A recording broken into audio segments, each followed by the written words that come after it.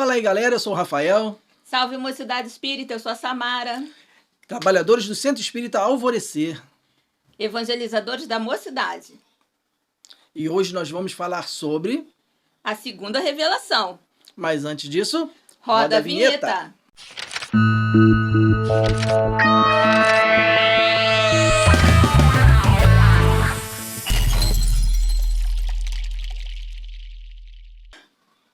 Antes da gente iniciar, vou pedir o Rafa para fazer a prece. Então vamos fechar os nossos olhos e levar o nosso pensamento e agradecer. Deus, nosso Pai, muito obrigado por tantas bênçãos que o Senhor nos dá a cada dia. Todas as suas obras, Senhor, que nos cercam, que nos enchem de ânimo, de alegria.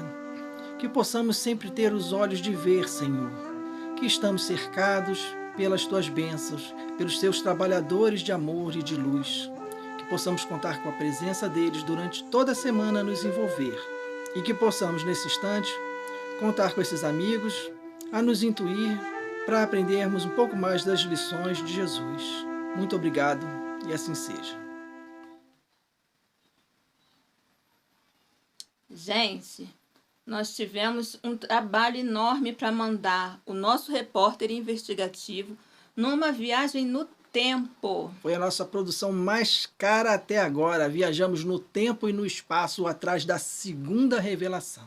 Será que ele vai encontrar a segunda revelação? Olha aí. Oi, pessoal, aqui é Rafael, o seu repórter investigativo. Estamos aqui atrás da segunda revelação. E vamos aproveitar essa senhora que vem passando para fazer... A senhora se incomoda de dar uma entrevista? É para Globo?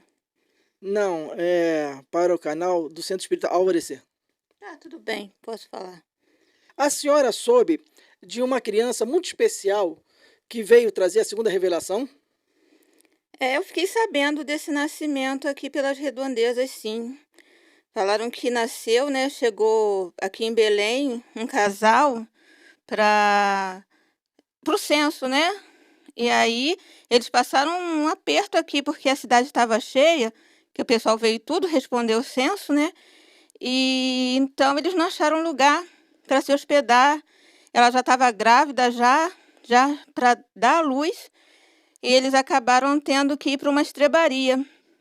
E lá nasceu a criança, o menino. Eles colocaram numa manjedoura, porque era um lugar fofo e quentinho. Aquele lugar onde os bichos comem, né? E então deram o nome de Jesus. Olha, até rei estrangeiro veio ver essa criança. Dizem que ele é o salvador do mundo.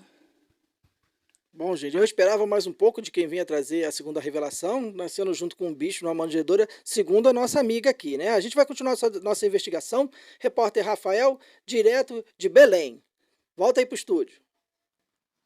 Gente, o nascimento de Jesus veio para combater todo aquele pensamento, né?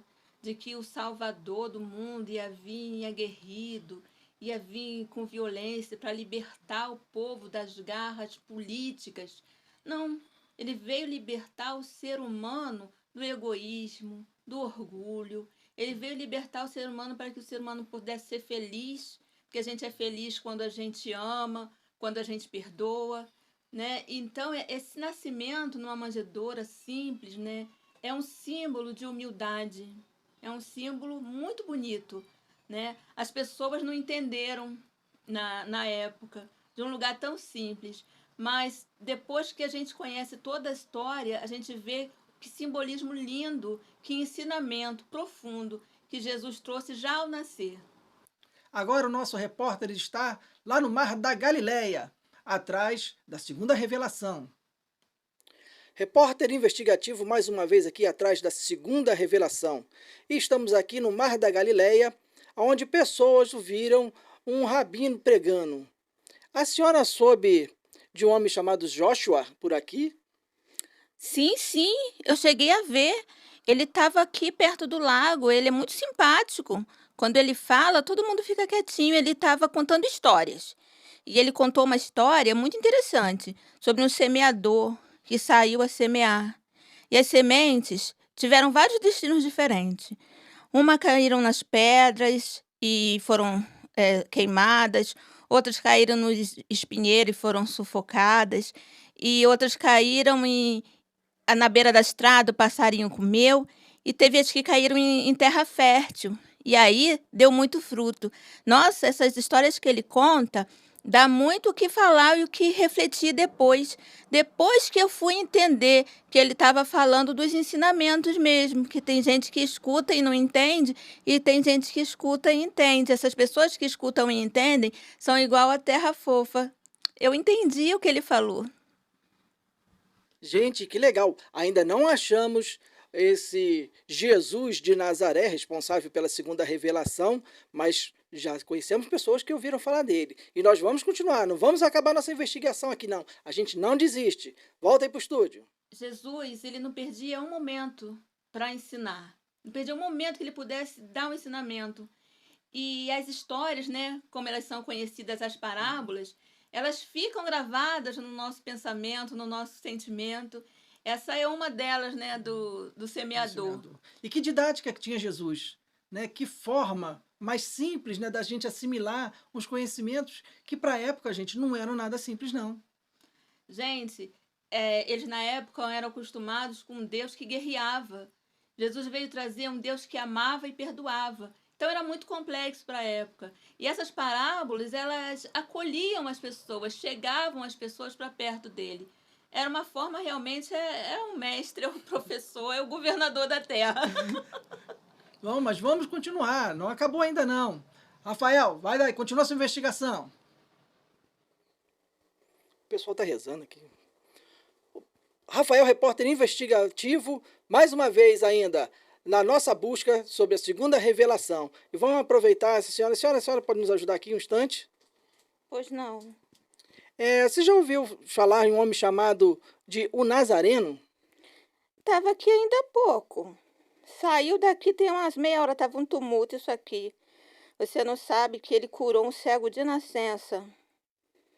Foi, deu um tumulto, ele pegou barro, ele molhou o barro com saliva, colocou nos olhos do cego, falou para o cego lavar. Depois que o cego lavou, ele recobrou a visão que ele nunca tinha tido, na verdade, né? Então eu acho que as pessoas estão achando que ele é o salvador do mundo, o Messias mesmo. Porque quem mais faria uma cura dessa de um cego de nascença? Mas se você chegasse aqui meia hora antes, você ia encontrar. Gente, pelo jeito, estamos quase chegando lá. Quem será esse homem que cura, que ensina, que transforma vidas? As curas, né? Jesus, ele sabia manipular os fluidos. Ele conhecia todos os fluidos, todos os elementos do planeta. Afinal de contas, ele estava aqui na criação do planeta. Então, ele manipulava esse fluido como ninguém. Ele conhecia as pessoas e ele conhecia os elementos. O mais interessante é que ele fala que nós poderemos também fazer essas mesmas coisas. Por quê? Porque nós vamos evoluir. Sim, olha a responsabilidade, né? Desse que era um médico, não só do corpo, né? Ele fez muitas curas, mas era sobretudo um médico das almas. Né? Através daqueles ensinamentos, ele queria curar a nossa alma, o nosso espírito, nos fazer melhorar. Bom, mas vamos continuar, né? Não acabou ainda não. Continua, Rafael, vem daí. Gente, continuamos atrás da segunda revelação. Por favor, a senhora já ouviu falar de um homem a quem chamam Messias? A senhora o conhece? O nome dele é Jesus, realmente? Sim, sim, o nome dele é Jesus. Eu o vi fazendo um sermão numa montanha. Olha, ele tem um carisma. Quando ele fala, todo mundo faz silêncio. E ele ensinou várias coisas importantes.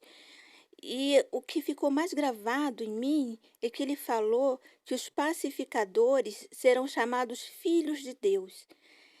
É lindo, porque ele ensina pra gente que Deus, ele gosta da paz, né? Porque se os filhos dele serão pacificadores, o Pai, que é ele, como disse o Jesus, ele também é um pacificador. Então, ele está ensinando várias coisas novas pra gente. Eu tô assim, muito envolvida, tô querendo muito seguir ele. Muito obrigado. Gente, continuamos a nossa busca. E cada vez mais eu sinto que esse Messias realmente trouxe coisas diferentes. Onde estará essa revelação? Gente, o Sermão do Monte. O Sermão do Monte é de uma beleza, é de um ensinamento tão elevado. Gandhi falou que se todo o evangelho fosse perdido e ficasse o Sermão do Monte, já ia poder mudar a humanidade, pode mesmo. Vê lá, vale a pena você ler o Sermão do Monte, porque a gente é um ensinamento que vai na contramão de uma sociedade desigual, igual a gente tem. Então, até hoje, está na contramão. Você vê, se há 2000 anos era diferente, ainda hoje é assim, né? Quando ele exalta os humildes, quando ele exalta os pacíficos, os mansos. Gente, ainda não é isso, né, que prevalece na nossa terra, infelizmente. Né? Ainda não são esses os valores que predominam. Mas Jesus apontou o caminho. E mais do que isso, a grande diferença, né? Porque, na verdade, existem muitas filosofias com coisas bonitas, né, que poderiam transformar a humanidade. Mas passar por aquilo, demonstrar, dar o exemplo, esse foi Jesus. Bom, mas vamos continuar. Nosso repórter está quase conseguindo chegar a Jesus, né, esse Messias que trouxe a segunda revelação. Continua, voltando lá para Israel. Eu busquei Jesus por muito tempo, mas eu acho que eu cheguei tarde demais. Eu recebi a notícia de que ele foi crucificado.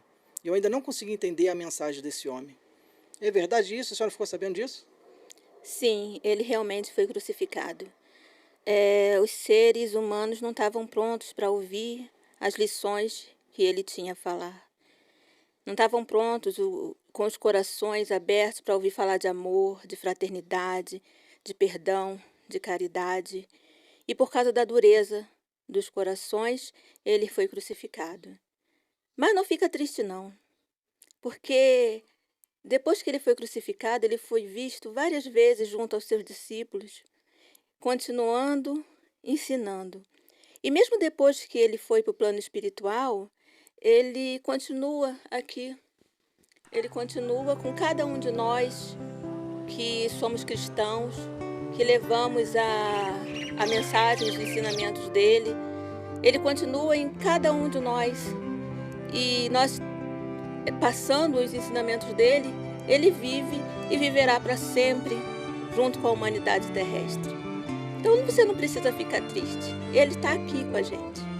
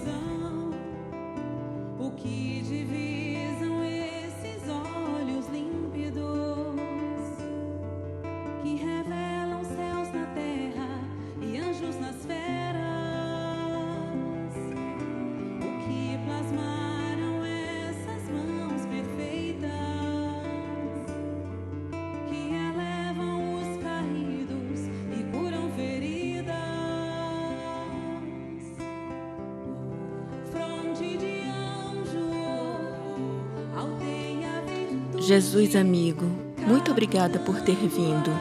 Muito obrigada por estar conosco sempre. Que Deus nos abençoe.